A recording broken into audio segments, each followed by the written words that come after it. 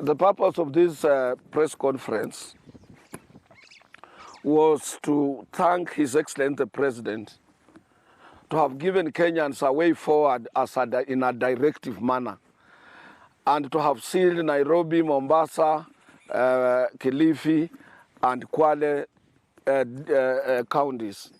This will have to help Kenyans, and this is where we have a problem with this virus, to make sure that we don't distribute this virus almost to everybody. And in those countries where they have succeeded, like what happened in China, one was cut off from the rest of China. And you can imagine places like Sichuan province in Chengdu, where we have thousands and thousands of people, it didn't affect anybody. In Shanghai, it did not go up to Shanghai or Guangzhou or in Beijing because of cutting off where this problem was in Wuhan to the rest of China. And that is why we had few deaths in China, more than what is happening in Europe. And I would appeal to Kenyans, particularly the Ministry of Internal Security, where we have two senior gentlemen led by Honorable Matiang and Kibicho and Mutiambai, to make sure that Matatu don't drop people on roadblocks and then people are asked to walk in the open glaring eyes of the security officers. If it is a total ban that people should not leave Nairobi, it should be a total ban. This will help Nairobians, and this will help the medic people to address this issue of this serious coronavirus. But if we play, we relax, I don't want after this to have nobody to lead in labor movement. And workers must be protected. To be protected, government must be serious. And the other thing, the police who are enforcing this can only be warned. But to say you will discipline by interdicting them on what they are doing to enforce such a presidential directive, it will instill fear in other police officers who are geared towards assisting the government and the president to see that his directives are implemented. Police need to be encouraged. Police need support, just as our medics need our support and protection. So police must be protected. And police should not be left after a certain incident has happened and then a lot of them are interdicted. You can only interdict an officer who might have used a gun or something to kill somebody, but not the one who was instilling discipline into Kenyans. So we want police to be given authority, express authority, to implement the presidential directive, so that the Matatu don't drop people on the roadblocks and people walk across in the other places. That will render the presidential directive to nothing. So we are appealing to the Inspector General, and we are appealing to the Internal Security Ministry to make sure that the presidential directive is implemented to the latter. I want to thank also the new Cabinet Secretary for Health, Mutai Kagwe. He's doing a commendable job. He requires our support. And more so, the people who are involved in providing medical care to those who have already tested positive. These are our nurses, these are our doctors, these are our cleaners in these hospitals, those who are providing food to these patients, and these are our members. And I want to thank them for the commendable job they are doing and appeal to government to give them protective gears to make sure that they are properly protected and properly eventually compensated. And if possible, they have anything we can lay on our fingers, we must make sure that they are properly insured. They have children, they have wives and husbands, they have sisters, they are taking care of their families. We don't want them also to be victims of this virus. So we are appealing to the government to make sure that they are protected and supported. And lastly, this issue of food, moving food from one county to another, moving miraa from Eastern to Nairobi and to other places. This is very dangerous. Or moving say for example, oranges, sugar canes, and so on. This is going to cause a lot of problems on this virus. If we are to stop this virus, let us stop it in total entirety. And also we must address the area of informal transport sector that we have.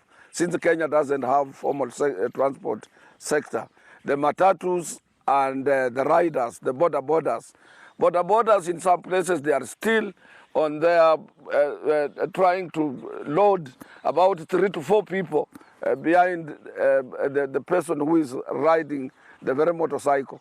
You find 3 people on one motorcycle, and this is very dangerous with this current menace of a virus that we have, and the government should be serious.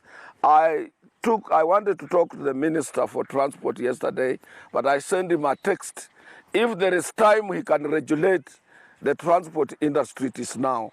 Matatus must be regulated not to overload, and also to make sure they don't get into CBD or Central Business District of Nairobi, so that we can decongest the city, we can decongest those people who are seeking transport services.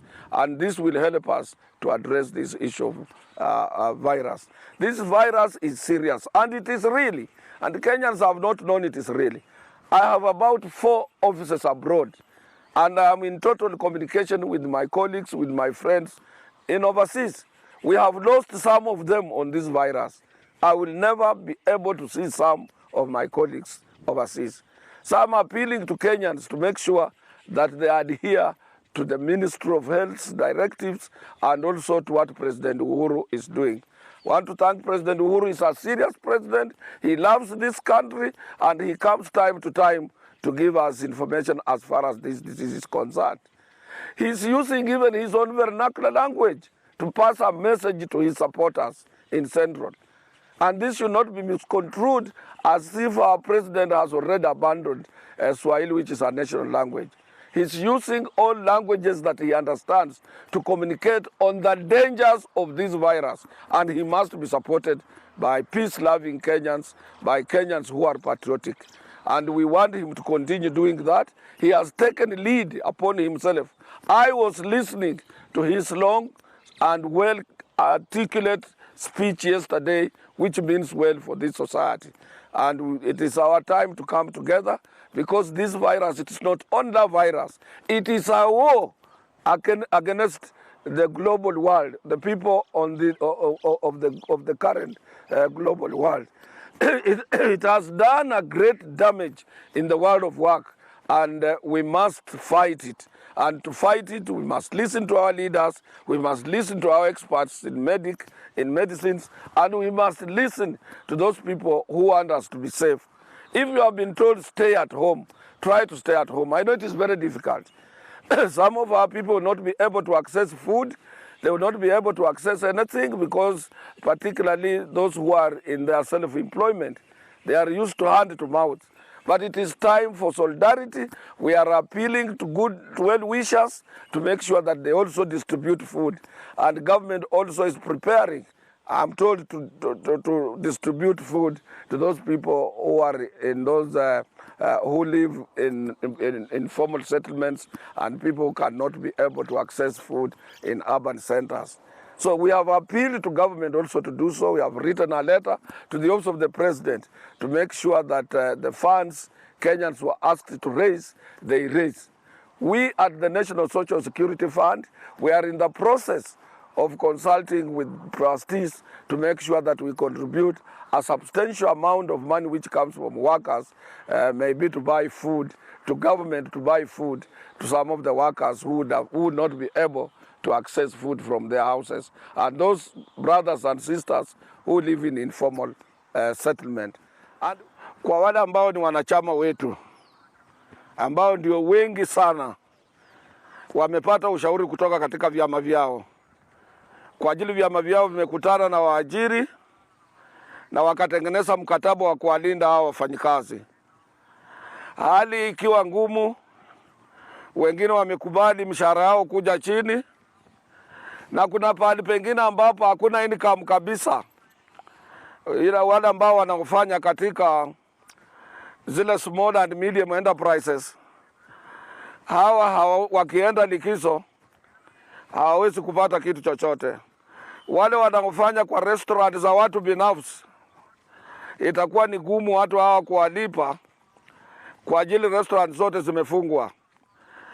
Na wale ambao wanafanya kwa mahoteli makubwa wameingia kwa mkataba na chama cha wafanyikazi wa mahoteli, na wamesikizana ya kwamba hakuna mtu atapoteza kazi yake.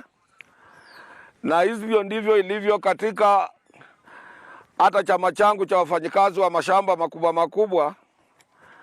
Tumefikiana na waajiri katika sekta ya maua kuwapatia watu leave kule inawezekana, wahakikishe ya kwamba hakuna movement ya Wakenya. Hiyo ndiyo dawa peke yake kwa hii ugonjwa ambao umetukumba katika nchi yetu.